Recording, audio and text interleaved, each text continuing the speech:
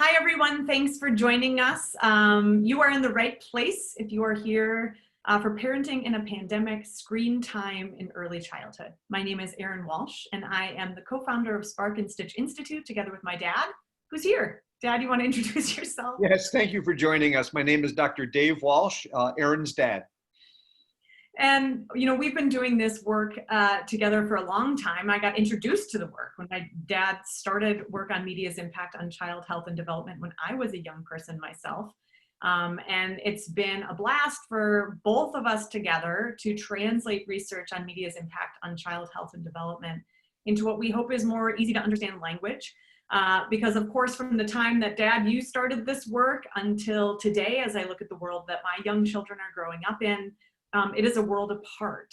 And our ability to sort of decide what to pay attention to and what matters and what are the ingredients for thriving in a world dominated by screens is sort of accelerating importance every day. And during the pandemic, of course, our questions about screens, our reliance on screens has only accelerated. So we know that you've probably been in a bunch of Zoom calls, and if you feel like you stumbled into this one, this is just a reminder that you're in the right place if during this pandemic, as a parent or a caregiver, you feel profoundly grateful for screens right now as a source of connection, as a source of entertainment, as a source of getting information, as a source of learning, and as a source of just getting through the day during a very stressful and challenging time. So many of us feel more acutely grateful maybe than we have been before, but you're also in the right place if you feel profoundly resentful of screens right now for their limitations. I know that for my kids, it's novel to be on Zoom calls with their grandparents over there. But it pales in comparison to sharing space and hugs and laps. And that can be really challenging, as well as the concerns and the power struggles and the sort of time vortex that screens can become. So you're also in the right place if you are here looking for both affirmation and advice. And we put in parentheses, in the right combination. I am a parent as well, and I know that because things are so stressful, some days I just want a hug and for somebody to tell me I'm doing a good job. And other days I feel sort of calm and able to take in problem solving and information. And so wherever you're at today, we hope that this very short, right? This is not a deep dive. We're not going to talk about all things related to screen time in early childhood. We just want to offer a couple of ideas that might help give you guidance. And so if you just want a hug, take that from us. You're doing great. Thank you. And if you want some of that guidance, you can always watch and rewatch as well. And we're here because before the pandemic, right, the world has changed a lot. If you just compare the media ecology of my own childhood, right, in terms of devices, how we got them, how we shared them, and you compare that to the media ecology of young children today, and it is a world apart, right? Pretty much from the time their first ultrasound photo goes online and well through those first years, they are exposed to more devices, more stories, more powerfully presented than any other time in history. And of course, this image you see on the screen here, that was, before the pandemic, right, Dad? Right. Erin, go back to that screen just for a second. Because this people talk about this being a digital revolution, and it really is. And revolution literally comes from the Latin word meaning turning the world upside down, and that's really this technology has really changed the world in really revolutionary ways. And then comes along the pandemic, which is in itself yet another revolution, changing things dramatically. Schools closing, staying at home. You can go on to the next slide, Erin. And so, we talk about the power of the technology, and that's what I think we need to remember as we have this brief conversation about, technology and early childhood. The technologies that we're talking about, whether it's online communication or Zoom or all of the things that are now just part of our everyday lives, we need to remember that they are neither good nor bad.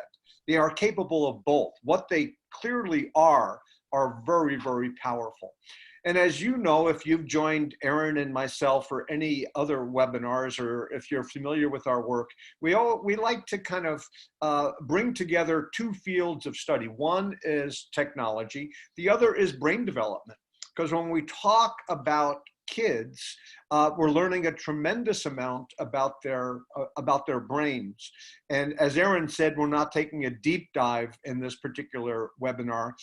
So I just want to make one point, that we know one of the basic principles of brain development is that whatever the brain does a lot of is what the brain gets good at.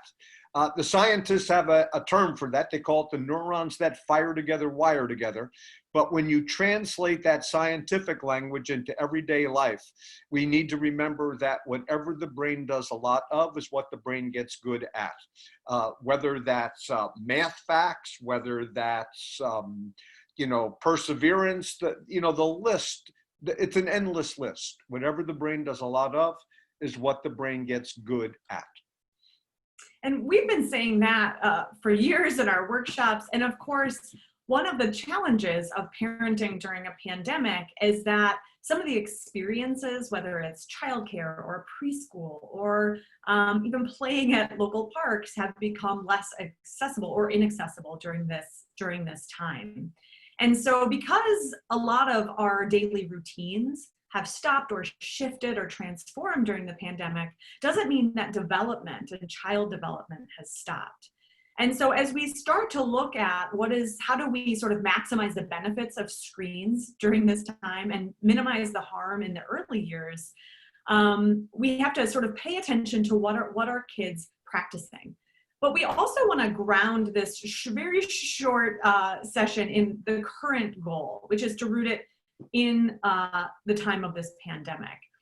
Because this is not a time where we're sitting down and we're crafting our perfect digital lives. And in many ways, some of the things that we know would be optimal for children's development, we are having to get really creative. We are having to problem solve. We don't have the support and the professionals that oftentimes help us with our young children. So as we look at offering a couple pieces of advice, just remember that the current goal right now is to do the very best that we can to stay safe, healthy, and connected during this time. And screen time is certainly one factor to pay attention to, but it's not the only factor. And so we want to remind you and give you permission to take into account not just screen time, but all kinds of things like your child's temperament, your health, your energy, your mental health, your work.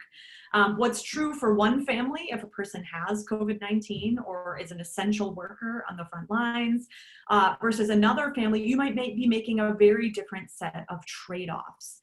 And so while we want to pay attention to screens, we also don't want to add sort of quote unquote screen time guilt to a long list of stressors during the pandemic.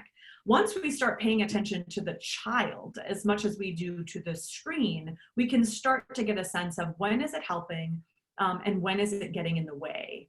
And we can offer just a simple framework, a couple pieces, a couple gems of advice as you start asking that question within the context of your own family system. What should I be paying attention to or mindful of as I think about how to make sure that screens are helping and not hurting? And these ingredients are not new to, time during COVID-19. These are core ingredients for healthy development that have always been true for young children. So then the question is, how do we start making choices with these in mind? So it's less about screens are good or screens are bad for kids, but how do we make sure that we're prioritizing connection and relationships, that we're prioritizing play, and that even though we're stretching and problem solving and likely having a little more screen time than maybe we would otherwise, that we're still finding places to set limits, especially where it matters most. So we're just going to briefly go through these with a couple of examples of how paying attention to these three elements is key to helping young children get the most out of so-called screen time, right? So the first disconnection, we could do a 2-hour webinar just on this, but this is, a half-hour short session. So let's just, remind you that children learn in the context of relationships. And this is true in study after study after study. I'll just give you a brief example. There's been a lot of research prior to this moment in history about, what is the impact, for example, of ebooks or e-readers on young children's literacy development? And the question is, is it better to read to a young child in a paper book or an electronic device? And a group of researchers started looking at this question, and their initial studies, essentially what they did is they took, adults and little kids, and they gave half the group paper books and half the books e-readers or ebooks. And then they had the adults read to the young children, and same book, but just different format. And then they came back to the young children after they had been read the book, and they asked them questions. And they asked them questions about what we call sort of surface story structure. So who was in the story, where was it, setting, those kinds of things. And all the kids, regardless of what they were read to on, did quite well. But then they started asking what we call questions about deep story structure. So things like, well, what was the moral of it? Or what was the point of the story? What did the characters learn? Can you apply it in a different context? And what the researchers found initially was that the children who were read to in a paper book were able to answer those questions, and the ones read to on an e-reader sort of failed miserably. And all of the headlines across the country, ran, e-readers are ruining children's literacy, and, electronics are destroying pre-literacy in early childhood. Now, the researchers were like, wait, hold on, because let's dig into the data and look at the study a bit further. And what they found is that it wasn't even as much a study about electronics as it was about the power of connection and human relationship in the context of a child's learning, and especially young children. And so what they found is that parents who read to their kids on e-readers sounded a lot different than parents who were reading to their kids in books. Parents who were reading their kids books were like, the little, Rocio's going to the store and she's getting this. Have you ever been to the store? And it was this warm, caring, back and forth dialogue. And the adults who were reading to the kids on the e-reader were saying things like, Rocio's going to the store, touch the store, press here, don't break it, swipe your finger, swipe it, swipe, don't touch it, don't break it, let me do it, right? And so essentially the relationship had changed in profound ways. The child was so stressed about maybe breaking the device or operating it correctly that of course they didn't absorb the lesson of the story. And so all the researchers did is they just put age-appropriate, padding on the iPads and reminded the adult to enjoy the child and enjoy the story and make it about the relationship and the conversation. And when they did that, all of the differences between the two devices went away. And in study after study after study, what we see is that when technology is enhancing interaction or a part of interaction, when we can bring it into the context of conversation and talking, that is where children learn best. And so one of the questions we can ask during the pandemic is technology consistently replacing interaction, or is it enhancing it? And we underline the word consistently because real talk, parenting is hard. Parenting during a pandemic is even harder. So of course you have more Paw Patrol in your house right now. Of course you've got more screen time. The question is that over time, is it starting to be the default mode where kids are plugging in to technology instead of towards each other? What we know from the research is that we would be better off if we're trying to do the laundry while our 2-year-old is around. We would be better off having them roll around in the socks and talking to them about the laundry than handing them a device that's trying to teach them the colors of the socks. And so these sort of everyday moments when we have to have screens on, great.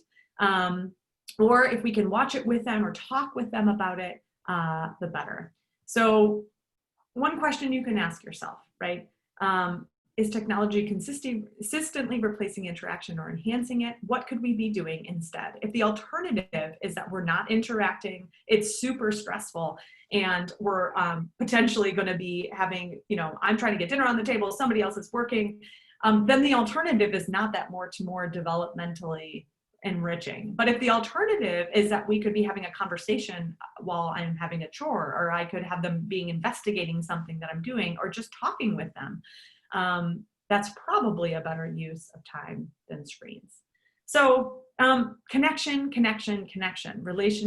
relationship. If that is the first lesson from screen time in early childhood, then the second sort of comes along as sort of the twin pillars of the ingredients for thriving, and that is play. And so, Dad, you want to talk a little bit about play? If we go back to that question of what could we be doing instead, I think one of the things that we want kids to be doing instead of interacting with screens is play. And the reason is because play is actually very, very serious business. It sounds kind of counterintuitive, but it's actually very, very serious business in terms of children's learning. Mr. Rogers knew this. Play is often talked about as if it were a relief from serious learning, but actually it is serious learning. Play is the work of childhood, particularly for very young children. When they are playing with what they're doing is they're experimenting. They're experimenting with the world. If I drop this spoon off the high chair, what happens to it? That's actually a physics experiment. If I mix these two things together, how does it taste? That's actually a chemistry experiment. We don't talk about it like that. We talk about it as children playing, but they're learning a tremendous amount when they're doing that. Now, the people who want to sell us video games and online games to say, well, you can do all those things online.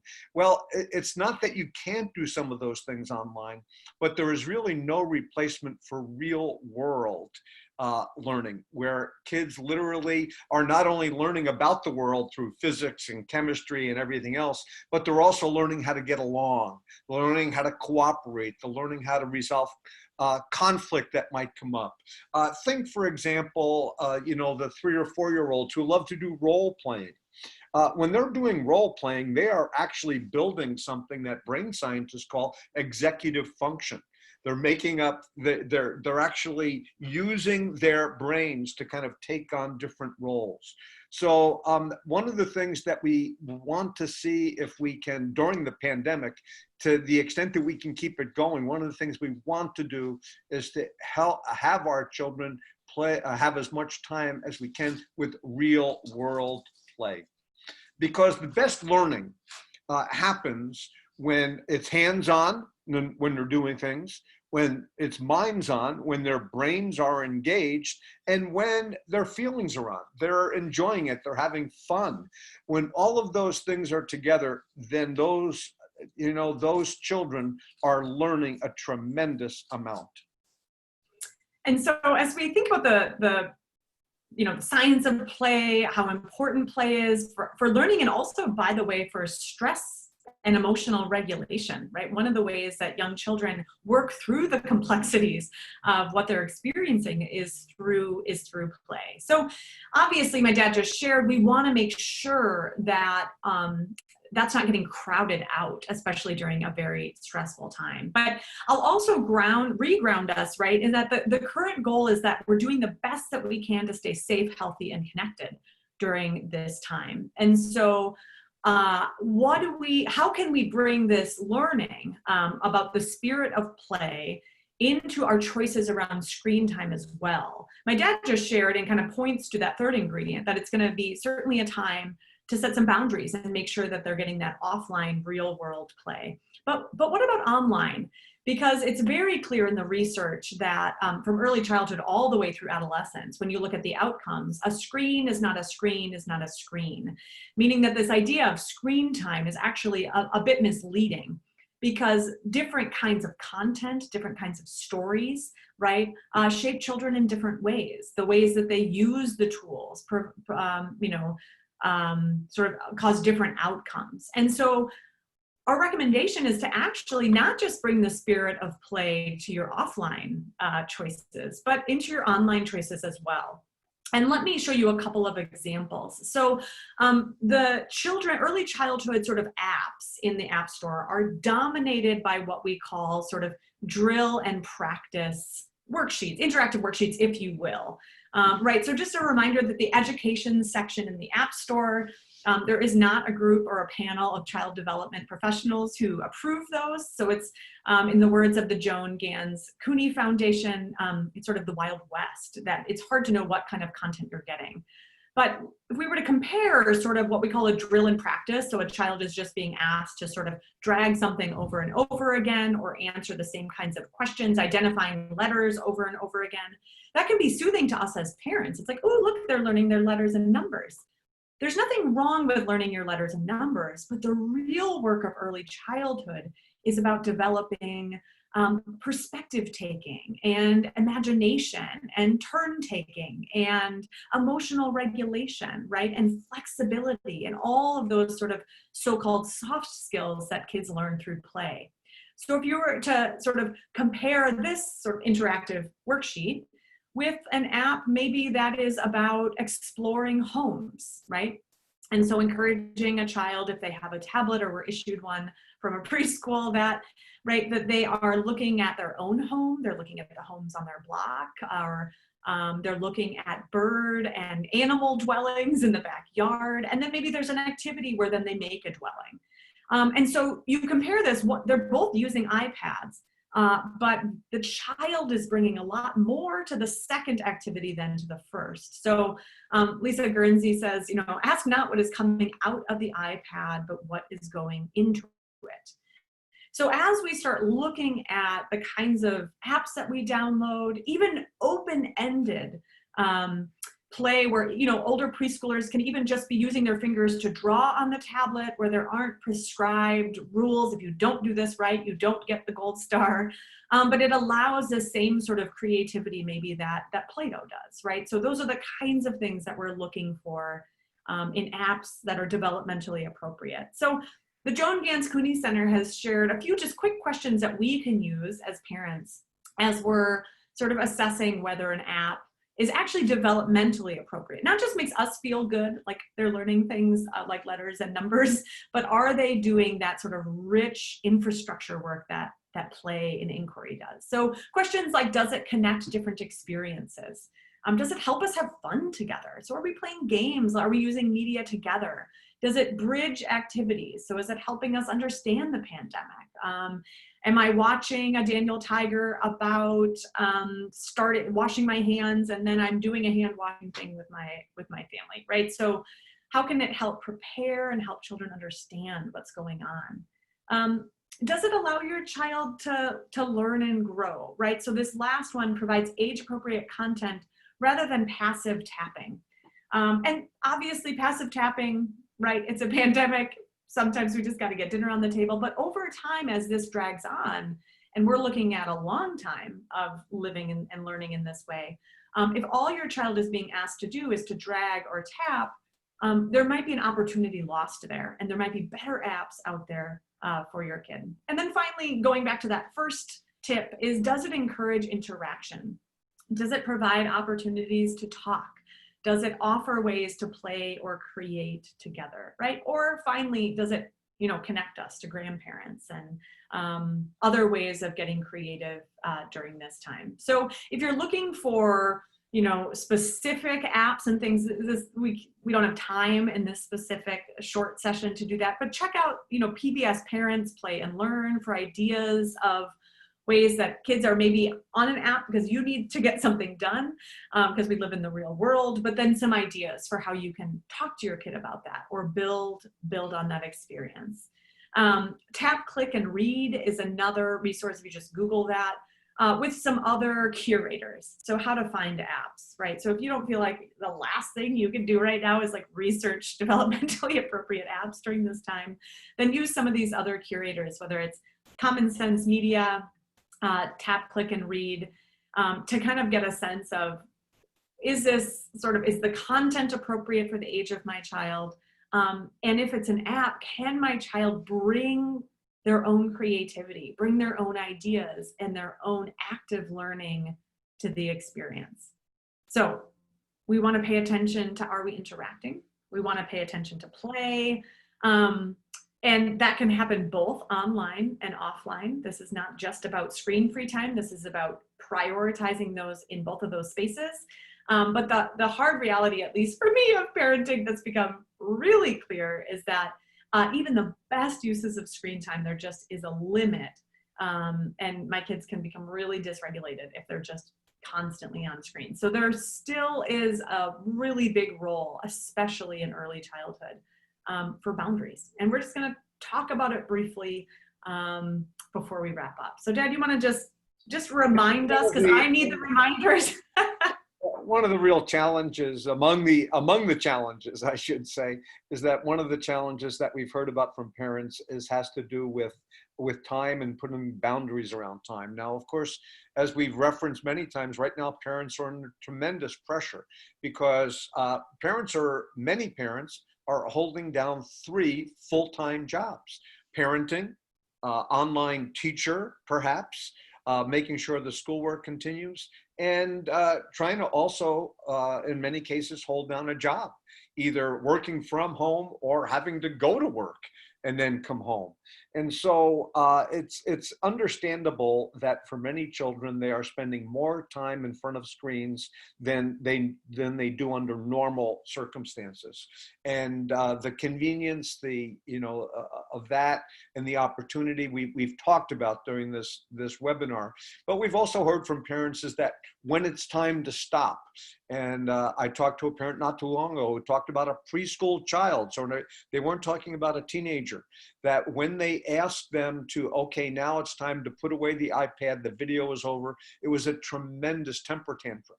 And so I think one of the challenges is trying to put some boundaries around the amount of time so that they can do some of those other activities that we've talked about. So here are some tips to try to deal with that. It's important to let kids know ahead of time what the boundary is, okay? So if we're gonna let them watch a video or do something online for the half hour that we're spending getting dinner on the table, then we need to let them know, okay? And get them to agree at the end of 30 minutes, now it's gonna be time to stop. And if you need to put a timer on so that they can keep track of the time, that might be an assist. And then choose a consequence that you can live with. So we let the kids know ahead of time, if it becomes an argument when it's time to stop, then this is going to be the consequence. But make sure it's a consequence that you can live with, especially during this time of the pandemic. And let children know that if they choose to have a tantrum or to throw things when the screen time is over, then it may be that they're choosing not to use that screen time until they can do it without without completely losing control. And then it's very, very important to follow through on those limits, consequences, and it's very important to follow through consistently, because kids will quickly figure out, because kids are smart. Kids will quickly figure out whether we're serious or whether we're not. And so it's very important to follow through consistently, because down the road, then that's going to make it much, much easier. And then to coach and practice a different response, this is what we can do when the show is done. So that those are those alternative activities that we talked about. So these are some tips to help deal with that challenge of, okay, when is it time to stop the screen time? And of course, these are especially useful with our older preschoolers, right? We're not going to turn to our 6-month-old and be like, if you choose. What we know from the research is that we don't have a lot of good evidence that under 18 months of age that screens do much developmentally for kids, mostly because they interfere with what kids do need, which is connection, snuggling, talking, exploring, right? So as we start looking at, the 4-year-old that's tantruming, this is where we can start to make it clear that if you're choosing to throw things across the room at the end of this Daniel Tiger show, then you're choosing no screen time tomorrow or no screen time later tonight. So these will post a little sort of developmentally what you could expect at age by age, when limits and consequences start to be more effective, and when sort of redirecting makes more sense in the earlier years. But either way, we don't have time to take a deep dive. But I think for me as a parent, as I consider screen time during a pandemic, I hope that these 3 ingredients are useful, and I hope that they're affirming, because for me, this is not a time where it's helpful to say screens are bad or screens are toxic, because all it does is sort of put another layer of guilt on top of what's kind of an essential tool for just navigating the complex trade-offs of this time. But at the same time, it's helpful to remember that just because screens aren't bad doesn't mean that there aren't some really critically important things, especially between the ages of 2 and 5, when kids might be using more screens to pay close attention to. So as you continue to try to stay safe, healthy, and connected during this time, we hope that you pay extra special attention to connection and relationship, whether that's watching shows together, talking about their shows or turning it off, and talking about the laundry. That you pay special attention to whether or not the spirit of play online and offline is part of your child's life. And then that we just support each other in the hard work of setting limits, because it's often a delayed gratification activity. So enjoy your connections with grandparents online, enjoy your play, and thank you so much for spending a little bit of what is no doubt a very busy time in your lives with us. So we'll be posting the recording and put a few follow-up resources as well, but thank you so much for joining us. Thank you very much.